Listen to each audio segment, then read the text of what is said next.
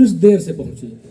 कोई घटना हो गई, पुलिस देर से पहुंची। मतलब ये कि हर जगह यही चीज कि पुलिस देर से पहुंची, पुलिस देर से पहुंची, पुलिस देर से पहुंची। अब मैं अपनी बात करता हूं। सबसे पहले यहां आया हूं और सबसे बाद में यहां पहुंचाया गया हूं। तो ऐसे संचालक होंगे तो पुलिस कैसे तेजी से साथ पहुंचेगी? अगर समझ गए तो एक बार ताली बजाई शुरू करता हूं कि सिर पर गंगा, माथ चंद्रमा और गले में नाग। सिर पर गंगा, माथ चंद्रमा और गले में नाग। और सिर पर गंगा, माथ चंद्रमा और गले में नाग। और डम डम डमरू बजा के भोले खेल रहे हैं फाग। जोगीरा सारा रा रा रा, जोगीरा सारा रा रा रा। और जान लीजिए, बस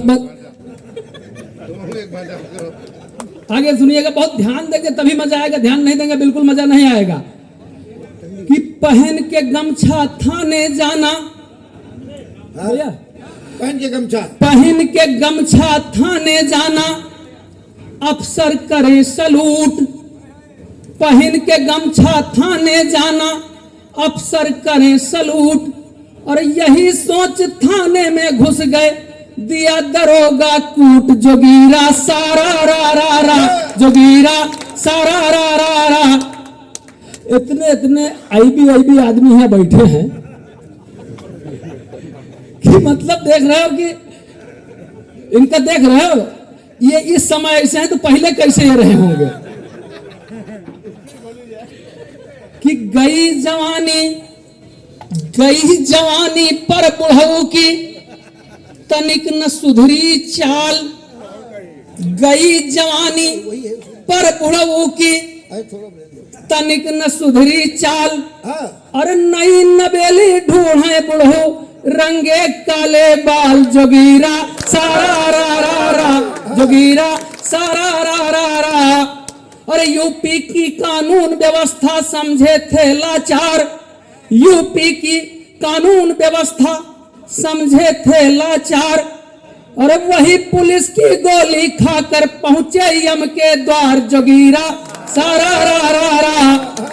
एक बार धमाकेदार ताली बजाओ भाई, ऐसे चटर चटर नहीं मजा आता है। हाँ, अब चूंकि वंदना हो चुकी माँ की, मेरी इच्छा है कि आपकी आदेश हो तो एक प्रार्थना मैं कर दूं हनुमान जी से, एकदम असली प्रार्थना, असली वाली। हनुमान ज्ञान के दाता, हे हनुमान ज्ञान के दाता, देखो हमारी ओर विधाता। और कविता पढ़े मंच पर जाई, तो सबसे मोट लिफाफा पाई। सब मिल मुंह से मिश्री घोलें, सब मिल मुंह से मिश्री घोलें। और कवियत्री, अरे यार देखो कहां तुम लोग मोबाइल में देखे थे भाई? जब पढ़ी है तो ताली बजाया हूं, है? और अब जब हमारा नंबर आया तो अपना मोबाइल में देख रहे हैं। ये कौन सी बात हुई भाई? देख नहीं रही, रिकॉर्ड कर रही हैं। अच्छा, रिकॉर्ड कर रहे हैं। चलिए, कि सब मिल मुंह से मिश्री घोलें और कवियत्री बस हमसे बोलें। और नीक करो सब सुरले ताल, नीक करो सब सुरले ताल। जलवा कटे बने भावकाल, और रणुआ ताड़ी जान बजावे, भावरी हो मेहरुआ पावे।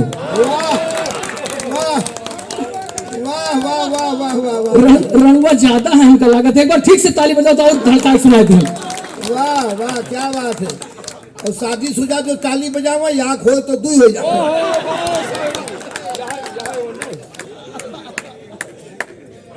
हमका शक उसी समय हो गया, हमको उसी समय भाई साहब शक हो गया कि क्या माजरा है कि दो ही कवियत्री हमेशा क्यों आती हैं। दो ही कवियत्री क्यों आती? मैं बहुत साल से पता कर रहा हूं और सबको लगता है मैं कविता पढ़ने आता हूं। मैं इसी चीज को पता करने के लिए आता था कि दो ही कवियत्री क्यों आती हैं। अब इस बार मालूम चल गया कि दो विधुर जो है वो मंच पर रहते हैं।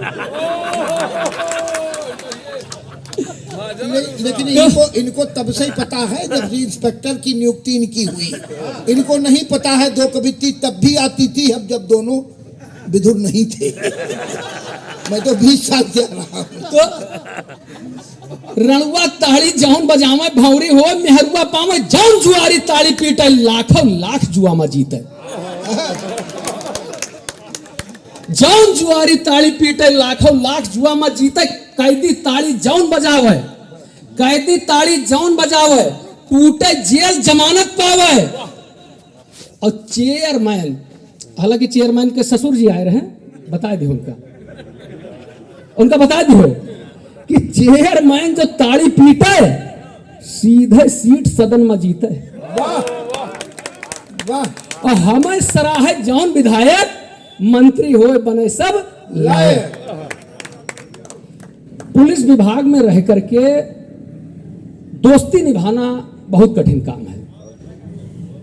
ज्यादातर दोस्त इसलिए नाराज हो जाते हैं कि भाई वो जो तुम पिस्टल पकड़े थे इंग्लिश मॉडल वाली, उसको हमको नहीं दिए, उसको हमको नहीं दिए। अभी मैं थानेदार था, मैंने 2 ट्रक अवैध शराब पकड़ लिया। 2 ट्रक अवैध शराब मैंने पकड़ लिया। अब हमारे जो मित्र हैं ये अमर ज्योति प्रकाश जी, इनका फोन मेरे पास आने लगा। इन्होंने कहा कि मोटा जो माल पकड़े हो, मोटा जो माल पकड़े हो, महीन भी पकड़ो।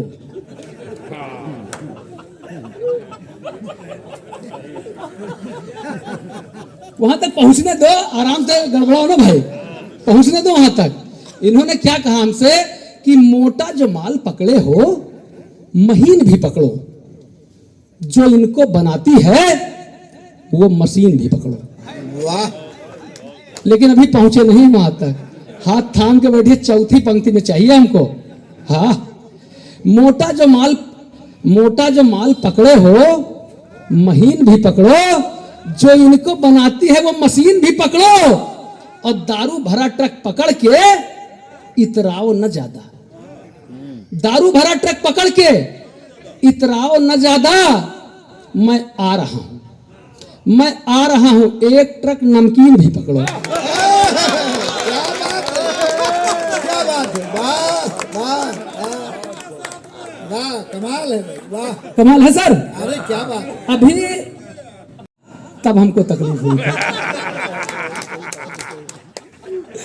तो हम और जगजीवन भैया बात कर रहे थे कि जो एकदम असली बात बताता हूं कि जो पिछले साल का कब सम्मेलन था, उस बार से इस बार जो है ज्यादा जम रहा है, श्रोता और ज्यादा उत्साह में है।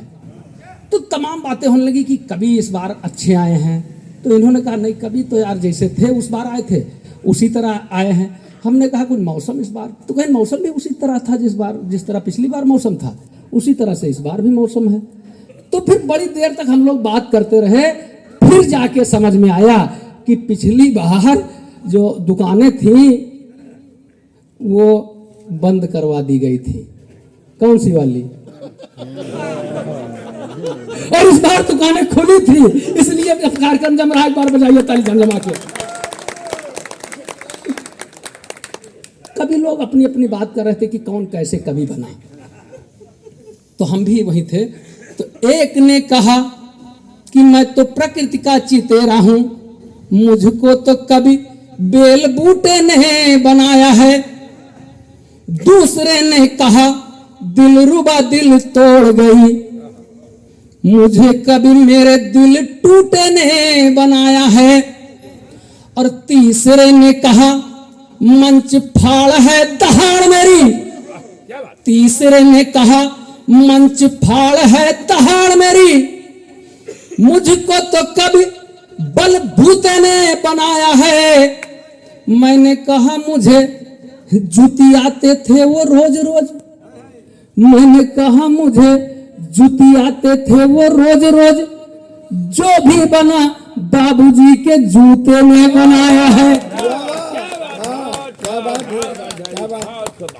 पुलिस की भर्ती आई, लड़के लोग पूछने लगे सिपाही बनने के लिए, दरोगा बनने के लिए क्या 5 फीट 7 इंच ऊंचाई हो आपकी और 5 सेमी सीने को फुलाना आना चाहिए, और भेद बदमाश का जो लेने जाओ ऐसे लो आंख से भी काजल चुराना आना चाहिए।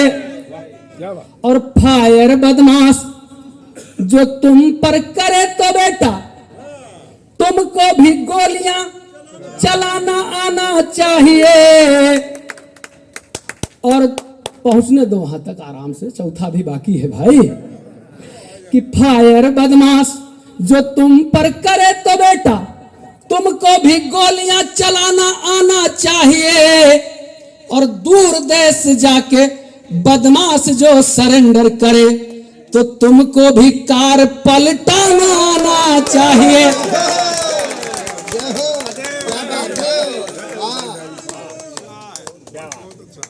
यहाँ कविता आकर जब मंच से मैं पढ़ने लगा तो तमाम मेरा बड़ा मोटा पेमेंट लेने लगा है, तो ये लिफाफा लेने लगा है। लोगों को लगता है यार करियर इसका सेट हो रहा है, लोगों को लग रहा है कि इसका करियर सेट हो रहा है। लेकिन मैं आपसे बताता हूँ, इतना सब कुछ होने के बावजूद भी आज तक मेरा करियर कविता के क्षेत्र में सेट नहीं हो पाया है। उसकी वजह गुरुजी मैं बताता हूँ आपको। एक जगह मैं कविता पढ़ने के लिए गया, वहाँ मैंने बहुत अच्छी कविता पढ़ी, अपने समझ से बहुत अच्छी कविता पढ़ी मैंने। पुलिस विभाग में इंस्पेक्टर हूँ, आप लोग जानते ही हैं। एक नौजवान सामने से आंख एकदम लाल लाल करके मुझे देखने लगा, एकदम आंख लाल करके देखने लगा। मैंने उससे कहा कि भाई मैंने इतनी अच्छी कविता पढ़ी, तुमको मजा नहीं आया, तुम क्यों गुस्सा हो गए? उसने कहा मजा तो बहुत आया। तो हमने कहा गुस्सा क्यों हो गए? उसने कहा, मेरी तरफ उंगली उठाई ऐसे और कहा कि तुमने मेरा चालान किया था। हमने कहा परिस्थितियां रही होंगी, चालान करना पड़ा होगा, हो सकता है तुमने कुछ दिया ना हो। तो इस बात को भूल जाओ कि मैंने तुम्हारा चालान किया है। अब मैं तुमको कविता अपनी सुनाता हूं, अब तुम वादा करो इस बात को भूल गए हो और पसंद करोगे मुझे। उसने कहा कि मैं वादा करता हूं कि मैं अपना चालान भूल रहा हूं कि आपने मेरा चालान किया है। मैंने दूसरी कविता और जोरदार सुनाई, उसने और आंख लाल कर ली, एकदम खून उगलने लगा आंख से। मैंने कहा भाई तुमने मुझसे वादा किया था कि तुम ये बात भूल गए हो कि मैंने तुम्हारा चालान किया है। उसने कहा ये बात तो मैं भूल गया कि आपने मेरा चालान किया है, लेकिन एक बात फिर भी भुलाए नहीं भूलती है। हमने कहा क्या भुलाए नहीं भूलती है? उसने कहा तुमने हमारे बाप का भी चालान किया था। ऐसी परिस्थितियों में पढ़ना पड़ता है। ये लोग समझते हैं कि मोटा मोटा लिफाफा ले लिया वो लगा। आपसे बता रहा हूं, रात रात पढ़ के कुछ भी नहीं होता है। अपने थाने पर मैं थानेदार था, केवल 3 लाइन की कविता सुनाता था।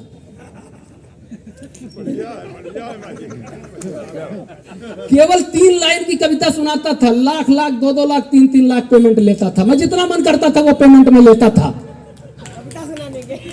3 लाइन की कविता। पहली लाइन जो हमारी होती थी वो ये होती थी कि ये जो पकड़ा गया है ये किसी भी कीमत पे छूट नहीं पाएगा। हंसा मत, ताली बजाओ भाई, हंसने से ही काम चलता है केवल। हाँ, तो इस तरह से अभी जो राष्ट्रीय चैनल हैं हमारे, ये नए साल पर दिखाने लगे कि देखिए हमसे उम्मीद न करिए कि हम कुछ और बोलेंगे। हम जितना बोलेंगे उतना मतलब एकदम आचार संहिता के दायरे में रह के बोलेंगे। आप हमसे मत उम्मीद करिए कि वो जलने फलने वाला, भाई हमसे न उम्मीद करिए। कि राष्ट्रीय चैनल हैं, उन्होंने अभी बहुत जोरों से दिखाया क्या कि सीमा भाभी उम्मीद से, सीमा भाभी उम्मीद से हैं। तो फिर हमने कहा कि नए साल में नया नया धमाल कर दिया, नए साल में नया नया धमाल कर दिया, धोती को फाड़ करके रुमाल कर दिया। बहुत अच्छा। नए साल में नया नया धमाल कर दिया, धोती को फाड़ करके रुमाल कर दिया। और हंस हंस के सीमा भाभी गुड न्यूज दे रही, लप्पू से सचिन ने गजब कमाल कर दिया। फिर इंटरव्यू लेने पहुंच गए पत्रकार लोग, तो सीमा भाभी कहने लगे कि हम सचिन से एक बेबी रखेंगे। सचिन से हम एक बेबी रखेंगे। हमको बहुत गुस्सा आया, हमको बहुत गुस्सा आया कि जिससे तुम नफरत करती थी, जिससे तुम नफरत करती थी, उससे 4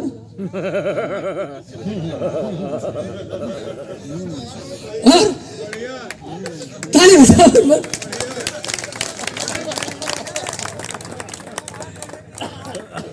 जिससे नफरत करती थी तुम, उससे 4, और जिसके बेपनाह मोहब्बत में सीमा पार करके आई, उससे 1।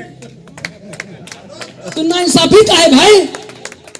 तो हमने कहा तुमसे तो उम्मीद नहीं है, लेकिन जो अपना आदमी है उससे बहुत उम्मीद है, उससे बहुत उम्मीद है जो अपना आदमी है, कि अभी प्यार में वो और बेकरार करेगा, अभी प्यार में वो और बेकरार करेगा, एक फौज बराबर की तैयार करेगा। वाह क्या बात।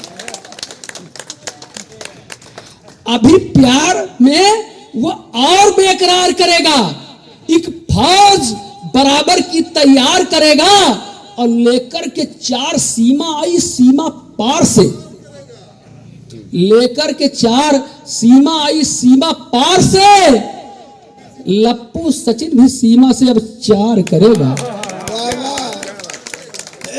ये कब सम्मेलन आप लोग देखते हो तो आपको लगता है कि बड़े अच्छे लोग हैं ये लोग, कब सम्मेलन कराते हैं, तो ऐसा नहीं है। ये लोग अच्छे हैं, हम इसमें कोई टिप्पणी नहीं करते हैं,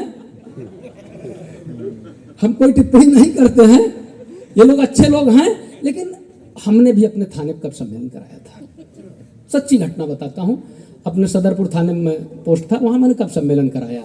हमको बुलाया था इन्होंने। अरे भाई तो आगे पहुंचने दीजिए हमको वहां तक। तो कब सम्मेलन जब हमने कराया, तो ये कवि जो यहाँ बैठे हैं, ये जब मंच पे होते हैं तो त्याग, तपस्या, बलिदान, भारत, चीन, पाकिस्तान, बॉर्डर, मर जाएंगे, कट जाएंगे, रोम रोम कटा देंगे, 1 पैसा नहीं लेंगे के अलावा कुछ नहीं कहते हैं। लेकिन जब पेमेंट की बात आती है तो 25,000, 50,000, 1 लाख में चवन्नी नहीं छोड़ते हैं ये। ऐसे लोग हैं ये। जिसको जिसको बुलाया सबने मोटा मोटा पेमेंट उठाया, मोटा मोटा पेमेंट बताया। हमने सबसे कहा कि आ जाओ। यही दादा का, कमलेश दादा का संचालन था।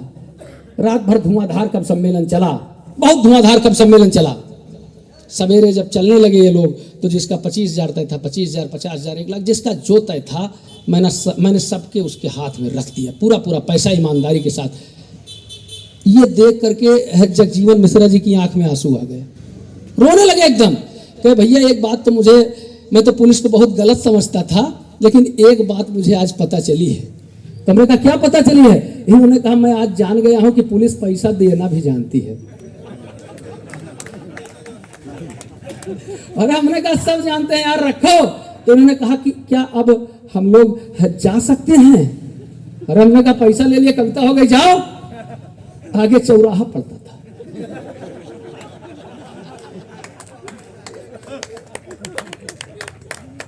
आगे चौराहा पड़ता था, वहां हमने चेकिंग लगवा दिया। क्या बात। चेकिंग लगवा दिया। लवकुश वैसे तो भी जो है हास्य के कवि हैं, लेकिन पता नहीं किस मतंग में आ गए। रात में पढ़ते देशद्रोहियों को पिस्तौल से मार देंगे, देशद्रोहियों को पिस्तौल से मार देंगे। हमने इनके कंधे पे हाथ रखा, हमने कहा लवकुश भाई पिस्तौल दे दो।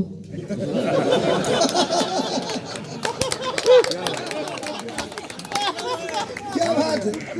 तो ये कहे दादा पिस्तौल कहाँ है? वो तो कविता में मैं कह रहा था। मैंने कहा नहीं नहीं, अगर बयान में बात आ गई है तो देना पड़ेगा। इन्होंने कहा कि आप तलाशी ले लीजिए, मेरी गाड़ी की तलाशी ले लीजिए। यकीन मानिए इनको 50 कदम दूर हटा करके मैंने गाड़ी की तलाशी ली, पिस्तौल बरामद हुई। पिस्तौल बरामद हुई। अब ये कभी लोग और लोग ये कहने लगे कि हमसे क्या मतलब है, पिस्तौल लवकुश के पास बरामद हुई है, लवकुश जाने आप जाने, हम लोग जाते हैं। हमने कहा नहीं भैया, ऐसा मेरे मुखबिर ने बताया है कि ये पूरा गिरोह रात में कहीं एक साथ रहा है।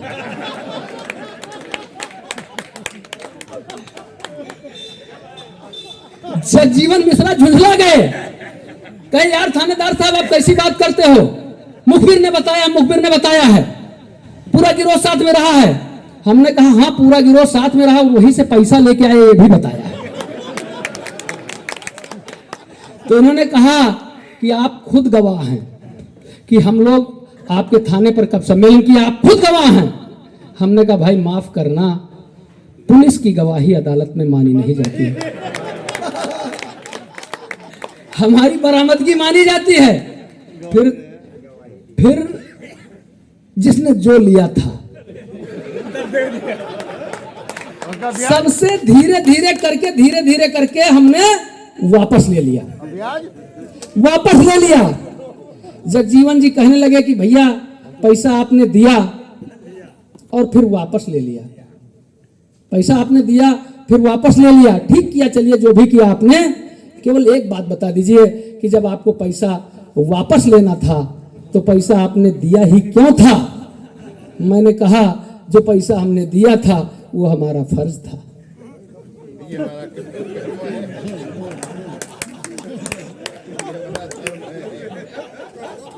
आप लोग इतने भले हैं कि मतलब पता नहीं कैसे कभी आते जो कहते ताली बजाओ पीटो, ताली बजाओ पीटो। अरे आप तो इतने अच्छे हैं कि बात पहुंचने पहले ही ताली बजाने लगते हैं। भाई हमने कहा जो लिया था जो दिया था वो हमारा फर्ज था, जो लिया है ये हमारा धंधा है।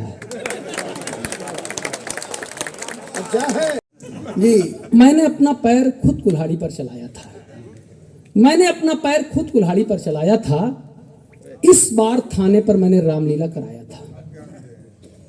कलाकारों के लिए मैंने एक भानुमति का कुंडा जोड़ा था, कहीं का ईंट कहीं का रोड़ा था। हमारी धर्मपत्नी जी कैकेयी और मैं राजा दशरथ बना था। एक तो राजा और दूसरे कोतवाल, इसलिए बेवजह अकड़ा और तना था। रामलीला शुरू हो उससे पहले मेरी धर्मपत्नी जी अपना नाटक मचाने लगी।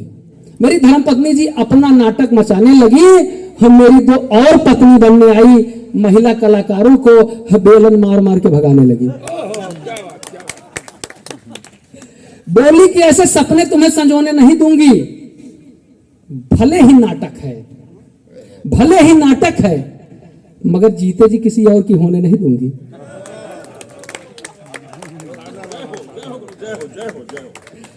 अब इनके माला पहराए हमारे कौन भला होगा।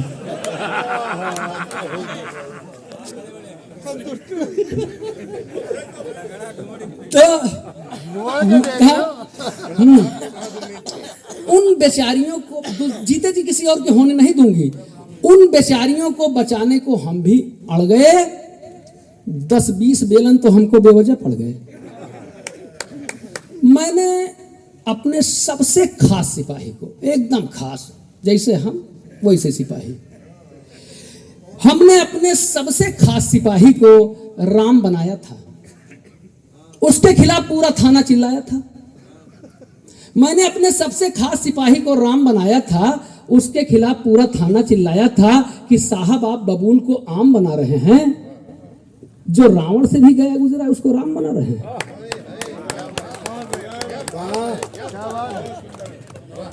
आपको लगता है रामलीला को नया मोड़ देगा, आपको लगता है ये रामलीला को नया मोड़ देगा। 100 रुपया नहीं छोड़ता है, 100 रुपया नहीं छोड़ता है। अयोध्या राजगद्दी क्या छोड़ देगा।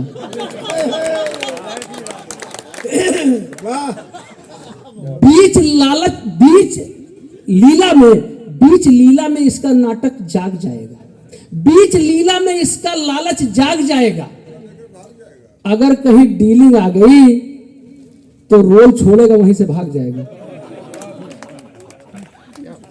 आपको लगता है सिर्फ परशुराम लक्ष्मण संवाद हुआ, आपको लगता है सिर्फ परशुराम लक्ष्मण संवाद हुआ, मगर असली तमाशा धनुष टूटने के बाद हुआ। एक शब्द होता है माल मुकदमाती।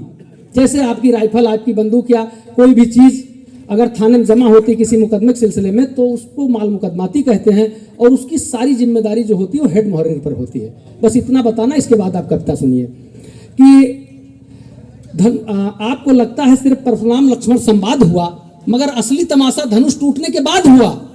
धनुष टूटते ही थाने का हेड मुहर्रिर जोर जोर से चिल्लाने लगा, पूरे थाने को सर पर उठाने लगा। उसका रवैया बहुत ही जज्बाती था, उसका रवैया बहुत ही जज्बाती था, क्योंकि जो धनुष टूटा था ना वो माल मुकदमाती था। हेड मुहर्रिर ने कहा हम अलग से केस करेंगे, कल अदालत में माल तलब है, अब बताइए कौन सा धनुष पेश करेंगे। मैंने एक तरकीब बताई जो हेड मुहर्रिर को भा गई।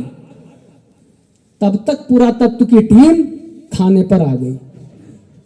पुरातत्व की टीम वाले अलग गरमाने लगे, हमारा थाना, हम थानेदार, उल्टा जलवा बताओ हमको दिखाने लगे। फिर मजबूरी में मैंने उल्टा केस किया। अगले दिन 50 किलो गांजा और टूटे हुए धनुष के साथ पुरातत्व वालों को अदालत में पेश किया।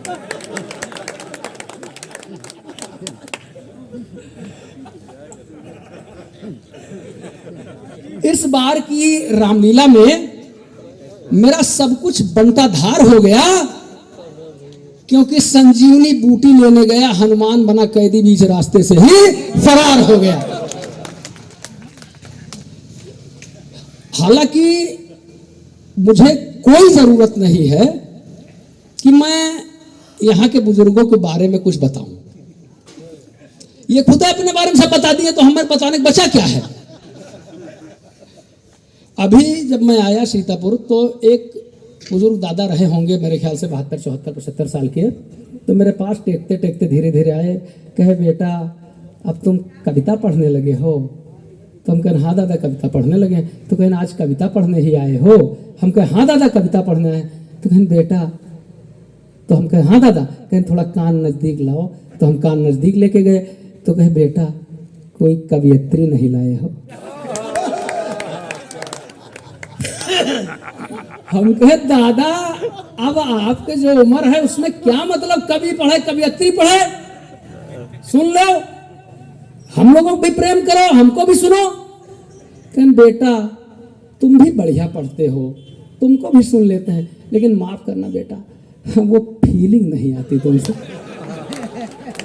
दबे ये पांव चलते हैं मगर आहट नहीं जाती, दबे ये पांव चलते हैं मगर आहट नहीं जाती, बुढ़ापे में भी शेरों की गुर्राहट। दबे ये पांव चलते हैं मगर आहट नहीं जाती, बुढ़ापे में भी शेरों की गुर्राहट नहीं जाती। बुढ़ापा जीते हैं ऐसे, जवानी छाई हो जैसे, ये मिर्चे सूख जाते, ये मिर्चे सूख जाते, फिर भी कड़वाहट नहीं जाती। क्या परिभाषित किया है? बुजुर्गन का सम्मान कम करो तो ताली कम बजाओ, थोड़ा सा एक बार सभी लोग बजाओ तो फिर मजा आवे। हाँ, और बुजुर्गों के नजदीक जो लोग बैठ जाते हैं उनके लिए चेतावनी भी देना चाहता हूं। जो बुजुर्गों के नजदीक चले जाते हैं उनको चेतावनी भी देना चाहता हूं कि रखा हो दूर भट्ठी से, रखा हो दूर भट्ठी से तब भी छूना नहीं चाहिए, रखा हो दूर भट्ठी से तब भी छूना नहीं चाहिए। बहुत ही देर तक लोहे की गर्माहट नहीं जाती। और वो अपनी बेवफाई से, लोग कुछ कह रहे थे बड़ा प्यार में पागल थे, तो कहने लगे कि वो अपनी बेवफाई से मेरा दिल तोड़ जाती है, वो अपनी बेवफाई से मेरा दिल तोड़ जाती है, मैं ही मजबूर हूं दिल से मेरी चाहत नहीं जाती। अंतिम छंद सुनाता हूं आपको, एक बार जोरदार तालियां बजा दीजिए। मैं अंतिम छंद सुनाता हूं और मैं कहता हूं जिनके लिए मैं सुनाता हूं आप लोग भी सुन लीजिए, ऐसा कुछ नहीं है। अरे भाई संध्या जी आप भी सुन लीजिए, कुछ अच्छे सुनाएंगे।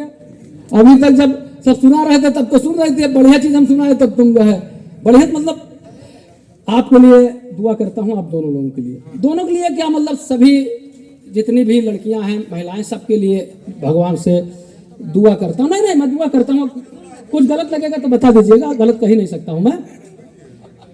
कि हंसी खुशी जिंदगी और दिन भगवान कोई दुख के दिखाए ना, भाई कुछ गलत कहेंगे तो आप टोक देना आप लोग। कि हंसी खुशी जिंदगी में सदा ही बहार रहे, दिन भगवान कोई दुख के दिखाए ना, और कंचन कमनीय काया बनी रहे आपकी, कोई कमजोरी और रोग भी सताए ना, और पति सदा पल्लू में ही बंधा रहे आपके, पति सदा पल्लू में ही बंधा रहे आपके, कुछ आप कहें कान पूछ भी हिलाए ना, और रूप सौंदर्य दिन रात बढ़े आपका, और सरकार इस पर टैक्स भी लगाए ना। अच्छी कामना है। बहुत बहुत धन्यवाद करता हूं, और मैं चाहता हूं कि जैसे आज मैं यहाँ पर आया हुआ हूं, ऐसे भगवान आपके जीवन में वो अवसर लाएं कि हमारा कोई कागज आप तक जाए, आप हमारी कोतवाली में आए। जय हिंद। क्या बात है।